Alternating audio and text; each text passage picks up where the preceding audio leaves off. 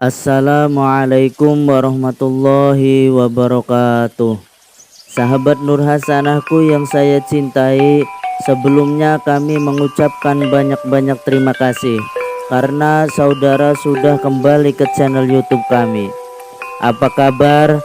Mudah-mudahan kalian semua dalam keadaan sehat walafiat, dimudahkan rezekinya buat sanggup ibadah. Amin ya rabbal alamin.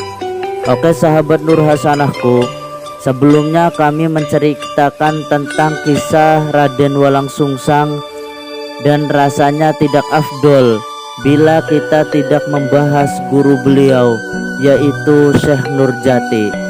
Kita cari tahu terlebih dahulu siapa sebenarnya Syekh Nurjati itu, karena dari sini kita tahu kenapa akhirnya Raden Walang Sungsang memilih Islam. Syekh Nurjati adalah tokoh ulama penyebar Islam di wilayah Cirebon.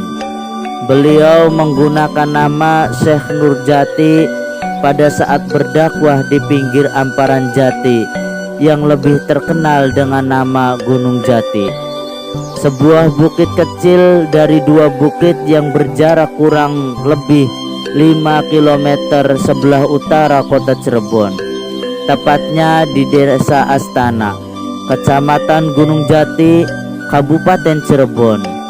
Catatan sejarah tentang Syekh Nurjati terdapat dalam naskah-naskah tradisi Cirebon berbentuk tembang, di antaranya Caruban Kanda Babat Cirebon, Wawacan Sunan Gunung Jati, Naskah Marta Singa, Naskah Kuningan, dan Naskah Pulasaren, serta yang paling tua adalah naskah dibuat oleh Arya Cirebon.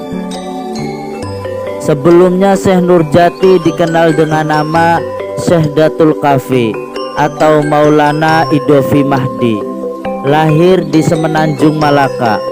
Setelah berusia dewasa, pergi ke Mekah untuk menuntut ilmu dan berhaji.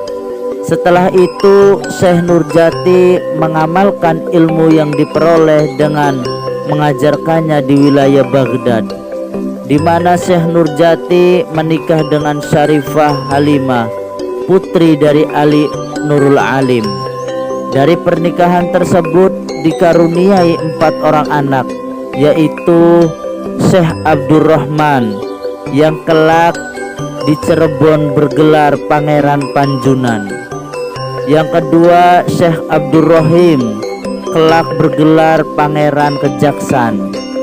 Ketiga Fatimah yang bergelar Syarifah Baghdad. Yang keempat Syekh Datul Kafi. Setelah tinggal di Baghdad, Syekh Nurjati memutuskan untuk berdakwah di tanah Jawa. Dalam perjalanannya sampailah Syekh Nurjati di pelabuhan Muara Jati. Kemudian sesampainya di pelabuhan, Syarifah berganti nama yakni Nyi Retna Jatiningsih atau Nyai Raraati. Diceritakan dalam cerita Purwaka Caruban Nagari, dalam sejarah Banten, juga dalam naskah sejarah Marta Singa, bahwa Syekh Nurjati atau Syekh Datul Kafi mendarat di Muara Jati setelah pendaratan Syekh Kubro dan rombongannya. Syekh Nurjati bersama rombongan dari Baghdad sebanyak 20 orang pria dan 29 orang perempuan. Tiba di Muara Jati, rombongan ini diterima oleh penguasa pelabuhan Muara Jati, yaitu Ki Gedeng Tapa atau Ki Gedeng Mangkubumi, Jumajat Jati, sekitar tahun 1420 Masehi. Syekh Nurjati mendapat izin dari Ki Gedeng Tapa untuk bermukim di daerah Pasambangan, di sebuah bukit kecil yang bernama Giri Amparan Jati. Di tempat baru tersebut Syekh Nurjati berdakwah sebagai dai, mengajak masyarakat untuk mengenal dan memeluk agama Islam. Keterkaitan Syekh Kubro dan Syekh Nurjati dan di Giri Amparan Jati Syekh Kuro merupakan utusan Raja Campa yang secara geologis Syekh Kuro dan Syekh Jati adalah sama-sama keturunan dari Amir Abdullah Khanuddin, generasi keempat Syekh Kuro. Datang terlebih dahulu ke Amparan bersama rombongan dari Angkatan Laut Cina dari dinasti Ming yang ketiga dengan kaisarnya Yongle. Armada Angkatan Laut tersebut dipimpin oleh Laksamana Cheng-ho. Mereka mendarat di Muara Jati pada tahun 1416 Masehi. Syekh Kuro pada akhirnya tinggal dan menyebarkan agama Islam di Kerawang. Kedua tokoh ini dipandang sebagai tokoh yang mengajarkan Islam secara formal pertama di Jawa Barat. Syekh Kuro di Kerawang dan Syekh Nurjati di Cirebon. Gerakan dakwah mereka berdua dapat terjalin secara harmonis dan berjalan saling bantu-membantu. Syekh Kuro mengirimkan orang kepercayaannya yang bergelar penghulu Karawang ke Dukuh Pasambangan. Terbukti dengan adanya nisan makam penghulu Karawang di Amparan Jati, keharmonisan dakwah antara Cirebon dan Kerawang berlanjut dengan cucu Syekh Ahmad dari Nyai Mas Kedaton bersama Musa Nusin, pemimpin Masjid Agung Cipta Rasa pada masa kepemerintahan Susuhunan Jati. Sedangkan Syekh Ahmad merupakan Ahmad Syekh Kuro dengan Ratna Sondari, putri Ki Gedeng Karawang. Yang kedua putri Karawang memberikan sumbangan harta untuk mendirikan sebuah masjid di Gunung Sembung yang bernama Masjid Top Jumeneng. Masjid Sang Sakaratu yang sampai sekarang masih digunakan dan terawat dengan baik. Yang ketiga, pengangkatan juru kunci di situs makam Syekh Kuro dikuatkan oleh pihak keraton Kanoman Cirebon. Diceritakan pada suatu waktu Raden Pemanah Rasa atau kelak menjadi Sri Paduka Maharaja, Raja Pajajaran yang terkenal dengan sebutan Prabu Siliwangi, mengadakan perjalanan ke pondok pesantren Kuro, Pulau Kelapa, Telaga Sari, Kerawang, yang dipimpin oleh Syekh Kuro. Dalam lawatan tersebut, Raden Pemanah Rasa jatuh hati kepada Putri Subang Larang, santriwati pesantren Syekh Kuro, putri Ki Gedeng Tapa dari Singapura. Singapura adalah sebuah negara bagian dari kerajaan Galuh, dipimpin oleh Prabu Diskala Swastu Kencana. Dari perkawinan Raden Pemanah Rasa dan Putri Subang Larang lahirlah 3 orang putri seperti yang kita jelaskan di konten sebelumnya.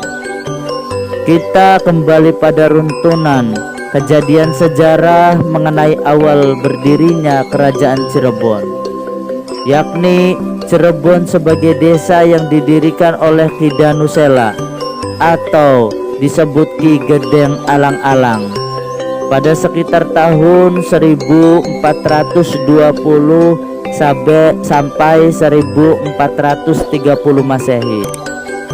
Desa Caruban atau Sarumban kemudian berubah menjadi Cirebon. Mulanya didirikan oleh Ki Danusela yang dijuluki Ki Gedeng Alang-Alang. Panggilan Alang-Alang terkait dengan perang yang membangun sebuah desa yang kelak dinamakan Cirebon. Dari yang semula hanya sebuah tegal alang-alang, rerumputan atau padang ilalang, hingga menjadi pemukiman padat penduduk. Pada waktu itu beliau menjabat sebagai Syah Bandar Pelabuhan Muara Jati, Kerajaan Pajajaran. Desa yang didirikannya kemudian menjadi ramai oleh para saudagar yang memang sebelumnya berlabuh di Pelabuhan Muara Jati. Warawiri pengunjung, pendatang, pembauran, percampuran manusia dari berbagai bangsa dan suku. Dari berbagai bangsa dan suku tersebut dalam bahasa Sunda lama disebut sarumban atau caruban, yang bermakna percampuran atau perpaduan. Dalam kata lain, bermakna percampuran dan perpaduan bangsa-bangsa dalam suatu tempat tertentu. Hinggalah kemudian desa yang sebelumnya tak bernama itu disebut Caruban yang berubah menjadi Cirebon. Selaku pendiri desa Cirebon yaitu Ki Gedeng Alang-Alang kemudian mengangkat diri sebagai kepala desa, atau orang Cirebon menyebutnya Kuwu. Beliaulah Kuwu pertama kali di Cirebon. Cirebon pada masa Ki Gedeng Alang-Alang meskipun ramai tidak mendapatkan perhatian serius dari pusat kerajaan Pakuan Pajajaran. Pelabuhan yang lebih besar kala itu yaitu Cimanuk yang ada di Indramayu. Tapi kemudian keadaan ini berubah setelah Raden Walang Sungsang memperistri Nyai Ratna Riris yang kelak bernama Nyai Kencana Larang, yang tak lain merupakan anak dari Kuwu Cirebon satu ini. Pangeran Walang Sungsang kemudian diangkat oleh mertuanya menjadi penguasa atau menjadi pangraksa bumi, jabatan dalam pemerintahan desa yang mengurusi tata kelola tanah, pertanian dan pembangunan. Sehingga setelah mengemban jabatan ini, Raden Walang Sungsang kemudian dikenal dengan sebutan Ki Cakrabuana, yang bermakna seorang yang mengemban jabatan raksa bumi. Selanjutnya, setelah Ki Gedeng Alang-Alang wafat, Cakrabuana mewarisi jabatan sebagai Ki Kuwu Cirebon.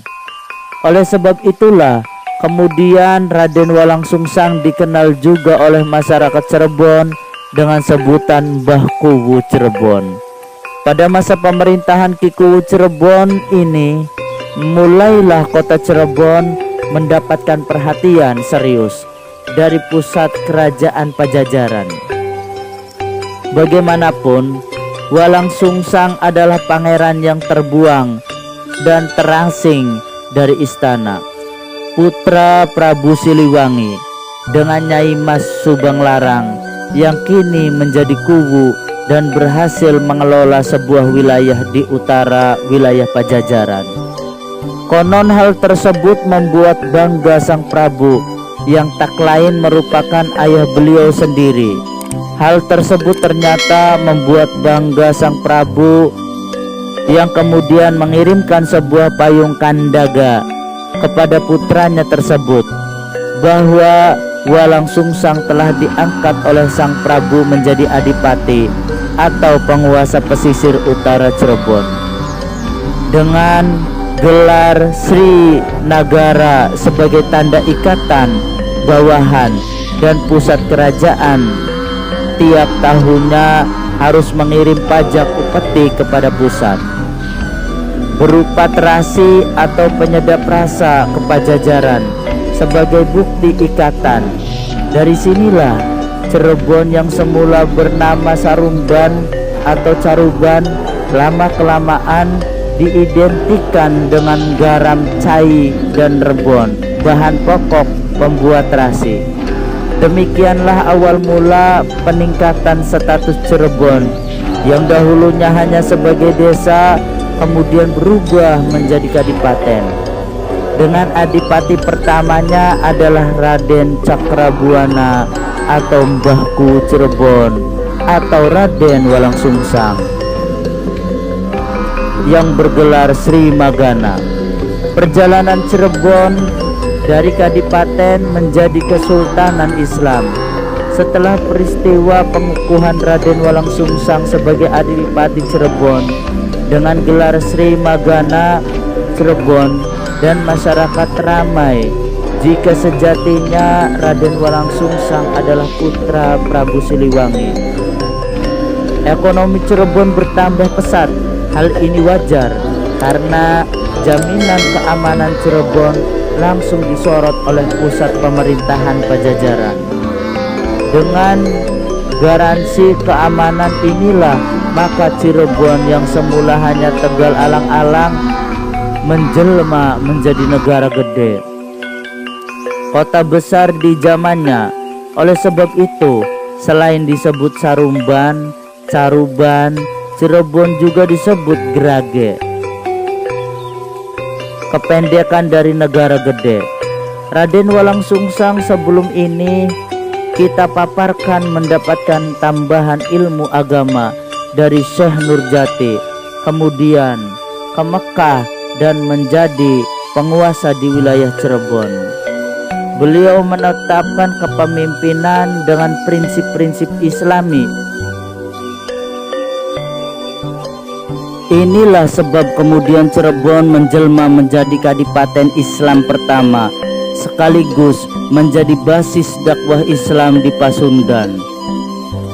Di konten sebelumnya kami sudah menceritakan Raden Walang Sungsang menunaikan ibadah haji ke Mekah bersama adiknya Rara Santang yang kemudian tinggal dan membangun keluarga di sana dengan pengusaha wilayah Mesir serta Palestina.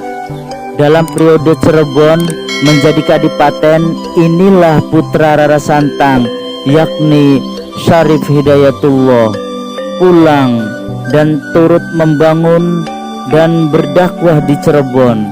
Hubungan Cirebon dengan negara-negara Islam di Nusantara terjalin baik berkat Syarif Hidayatullah, seperti berhubungan baik dengan Demak, Campa, dan Pasai. Itu saja yang saya sampaikan tentang Cirebon dan orang-orang yang hebat yang mendirikannya. Mudah-mudahan bermanfaat. Dan dari saya mohon maaf bila ada kesalahan atau tutur kata yang kurang tepat atau kurang berkenan. Wallahul muwafiq ila aqwamit thoriq. Wassalamualaikum warahmatullahi wabarakatuh.